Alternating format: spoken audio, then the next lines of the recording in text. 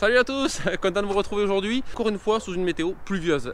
C'est infernal, vous avez vu un petit peu, il y a de l'eau partout. On est bloqué dans tous les travaux de champ. Ça commence à faire un mois que ça dure. On a pris beaucoup de pluie, donc ça c'est un petit peu embêtant. On se retrouve un petit peu gêné dans tous les travaux voilà, de semis et autres. Donc on a quand même avancé sur certains points. C'est pour ça que je voulais quand même vous en profiter pour vous le montrer dans cette vidéo. On va voir aussi l'avancée de tout le reste. Donc c'est parti, on se retrouve directement juste après le jingle, je vous explique tout ça. Go!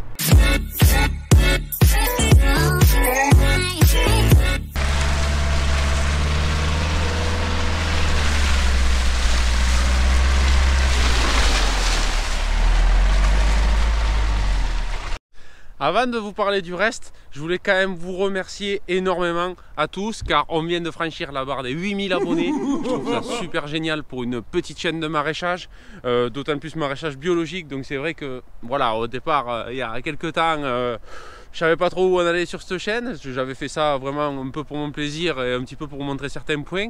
Et au final, c'est vrai qu'il y a eu un bel engouement pour moi. Bon, mais pour certains, c'est pas beaucoup, mais pour moi, c'est déjà énorme. 8000, déjà quand ceux qui se souviennent, ceux qui étaient là au départ, quand on était 500 000 abonnés, déjà ça commençait à être joli, il commençait à y avoir de belles interactions. Donc là, vous imaginez maintenant 8000 abonnés, c'est vraiment dingue. C'est fou, c'est fou. Vous avez été beaucoup à aimer la vidéo sur le site Evi. J'ai eu beaucoup de retours après sur les autres réseaux. Ça vous a intéressé, ça vous a plu. On a loupé certaines personnes au site Evi, c'est vrai, qui se sont fait reconnaître après. Et c'est dommage, j'ai pas pu passer vous dire soit bonjour ou passer même pour filmer un petit peu. Certains avaient des stands au site Evi et qui étaient abonnés, je le savais pas. Donc désolé, c'est pas grave, on remettra ça plus tard. Mais vraiment, merci à tous de vous abonner autant que vous êtes, aussi nombreux que vous êtes, aussi longtemps que ça fait que vous êtes là sur cette chaîne. Donc vraiment merci à tous vous tous, je le répète à chaque fois parce que vraiment je suis surpris, parce que vous le voyez, ça avance quand même assez vite. Donc voilà, j'espère que les sujets vous plaisent toujours, j'espère que vous êtes toujours intéressés par notre façon de faire ou du moins de vous montrer les choses. Car pour moi, voilà, moi j'y prends un certain plaisir, surtout quand il y a des bons retours comme ça. Donc vraiment, encore merci, on va faire de notre mieux. Et puis, ouais, on va tenter les 10 000 hein, bientôt. Allez, c'est parti, on va forcer à fond, on va bien faire la préparation. Et on va essayer de monter aux 10 000. Ouais, d'ici l'été prochain, ça serait super sympa. Allez, on parle du reste parce qu'il y a aussi pas mal de choses à dire. Allez, go! Pour reprendre au niveau, par contre, du travail et de notre semaine un petit peu compliquée, j'ai eu du temps, hein, j'aurais eu du temps pour travailler, mais on a été embêté par un temps ignoble. Il a fait gris tous les jours, il a plu quasiment tous les jours.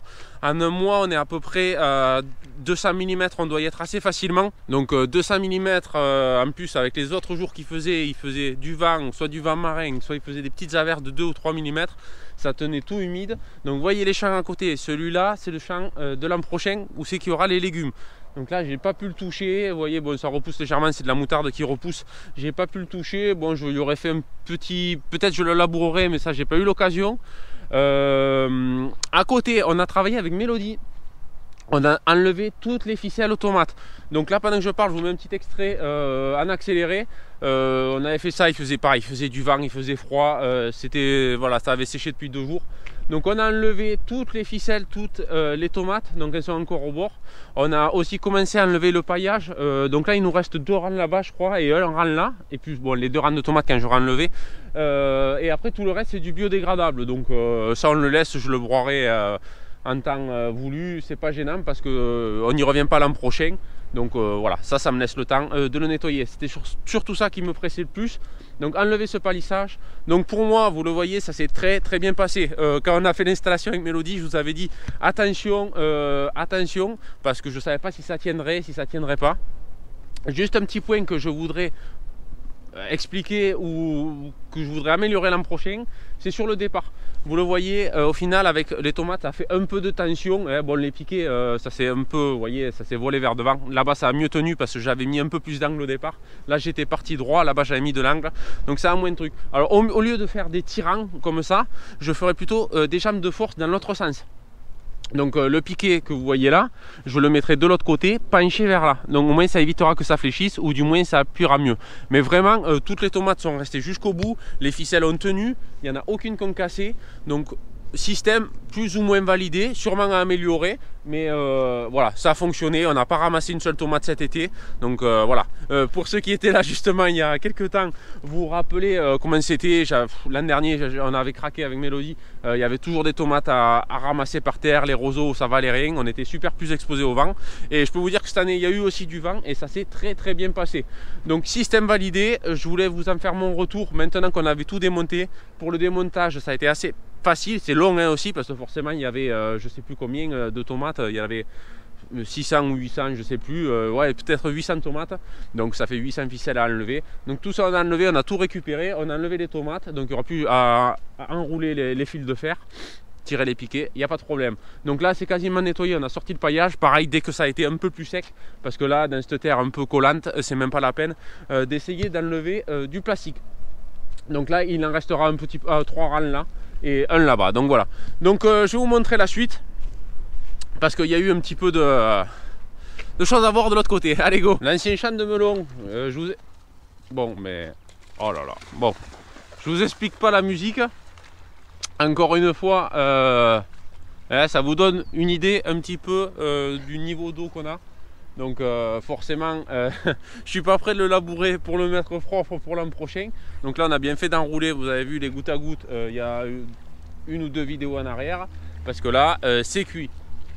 C'est pas qu'il a fait des grosses pluies d'un coup pour une fois, on a eu plusieurs petites pluies qui s'accumulent, mais des pluies quand même assez conséquentes. On a une fois 100, une fois 45, une fois encore une trentaine, donc bon voilà, et ça continue. Vous voyez encore aujourd'hui, cette nuit il a fait 20 mm encore, donc bon on commence à être plein au niveau du sol, et bon ben voilà, ça fait quand même de l'acquis de pluie, on va pas s'en plaindre, parce que ça souvent c'est ce qui nous manque après un peu plus tard dans la saison, des remontées d'eau de profondeur. Donc là pareil à côté, donc à côté Fèverolles on n'a pas pu semer parce que ben vous voyez le champ d'à côté qu'on avait passé au décompacteur, je vous montre ça de suite. Donc là on voit un petit peu l'effet bénéfique quand même du décompactage. On a quasiment pas, on a un peu d'eau en surface hein, légèrement, c'est un peu dans les cuvettes, mais l'ensemble d'habitude en bas ça me fait une flaque là-bas derrière au fond, là il n'y a rien. Donc c'est vrai que ça permet quand même de faire filtrer l'eau un peu plus en profondeur et éviter d'avoir de l'eau qui stagne en surface. Ça permettra de rentrer plus facilement dans les sols la prochaine fois. Mais vous voyez au fond ces trempes, c'est un étang, donc là c'est pas pour demain. Donc voilà pourquoi on n'a pas encore trop pu faire les semis et du travail de sol classique d'hiver. Donc là on part encore une fois de l'autre côté et je vous montrerai la suite encore. Allez go. T'as bientôt fini les gars, on nous attend là.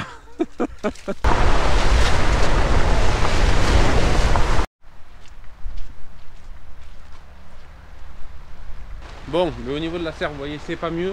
Donc là, on est encore... là, ça serait presque travaillable.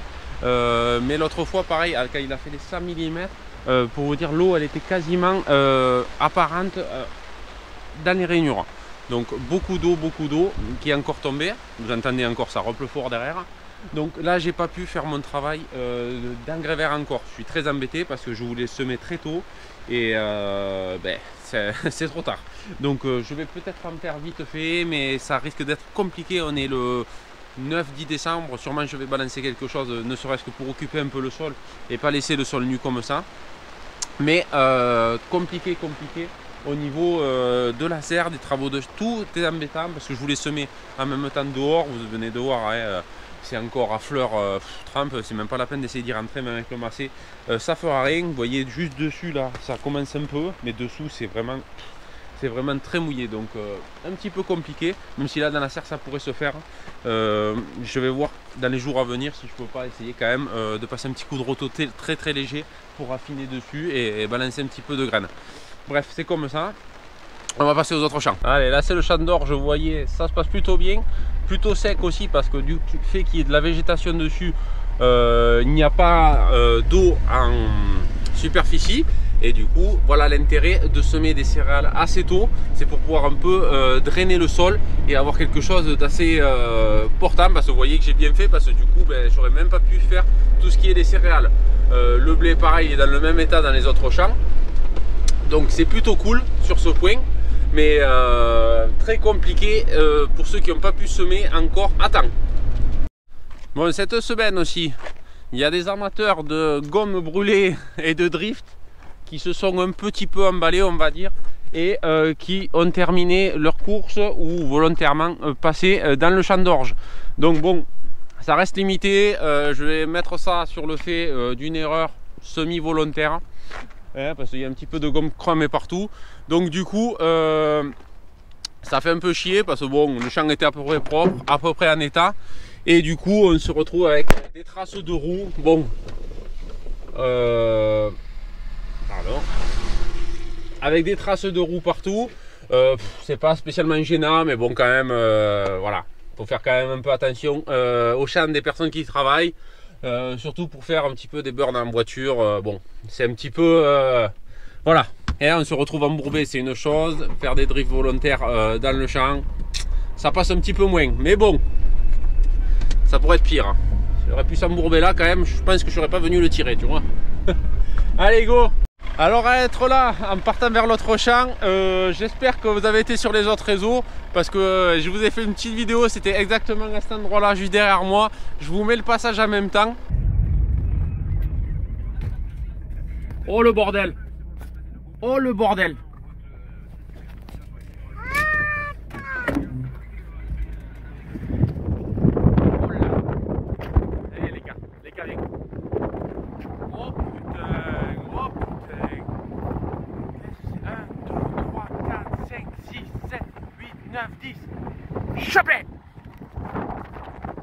Voilà, donc c'est là. Pourtant, je suis souvent dans les champs, je viens souvent par ici et c'est la première fois que je vois ça. Vraiment, j'ai été un petit peu étonné, je me suis retrouvé un peu con parce que de voir ça, c'était 10 h le matin et désolé, il pleut, hein, va falloir faire avec. Et de voir ça de bon matin en pleine journée, ils se sont arrêtés juste là. Et enfin, j'étais dans l'autre sens, mais c'était à cet endroit-là précis.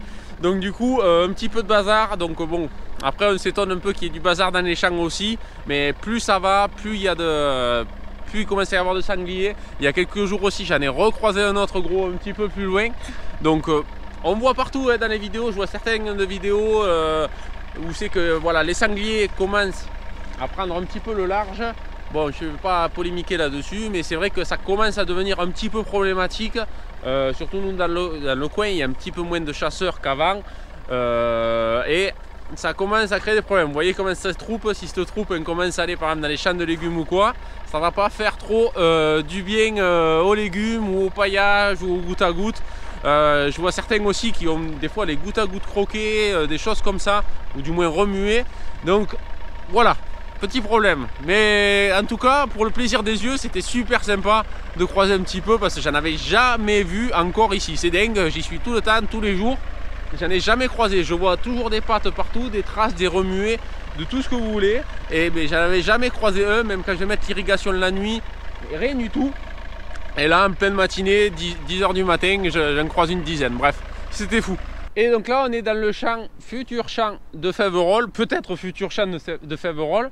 Donc là pareil, on se retrouve avec de l'eau stagnante. Là, bon là vous voyez, c'est forcément le bas de la pente. Il y a toujours eu une goutte de toute la vie. Quand mon père et mon grand-père faisaient les vignes ici, il y avait toujours eu des gouttes. Il y en a une autre un petit peu plus loin là-bas, qui n'est pas apparente. Mais voilà, zone un petit peu de trou. Donc là c'est pareil, avant que ça sèche, il y en a pour un moment. Donc les Fèverolles, je pense que ça va être semé très tard, quoi. Dites-moi ce que vous en pensez, si ça passe. Pour le moment, là, je vous fais la vidéo, on est le 9, je crois, ou le 10, bref, je sais plus. Dites-moi, est-ce que ça passe encore dans ma région, Fèverolles aussi tard, je sais pas. D'habitude, j'essaye toujours de les faire entre le 15 novembre et 15 décembre. Là, déjà, 15 décembre, c'est sûr, c'est mort. Donc, est-ce que je peux faire tirer un petit peu plus? Est-ce que ça passera? Dites-moi ça en commentaire. Ouais, je veux bien votre avis sur ça. Voilà. Donc voilà pour cette petite vidéo update de la semaine. J'ai pas eu grand chose à vous montrer. J'ai travaillé aussi sur le massé. J'ai eu la courroie de ventilateur à changer. J'avais filmé quelques plans. Si ça vous intéresse que je fasse une vidéo là-dessus, ben, peut-être pareil, dites-moi le en commentaire. Je vous ferai peut-être une vidéo bonus assez courte aussi sur le sujet.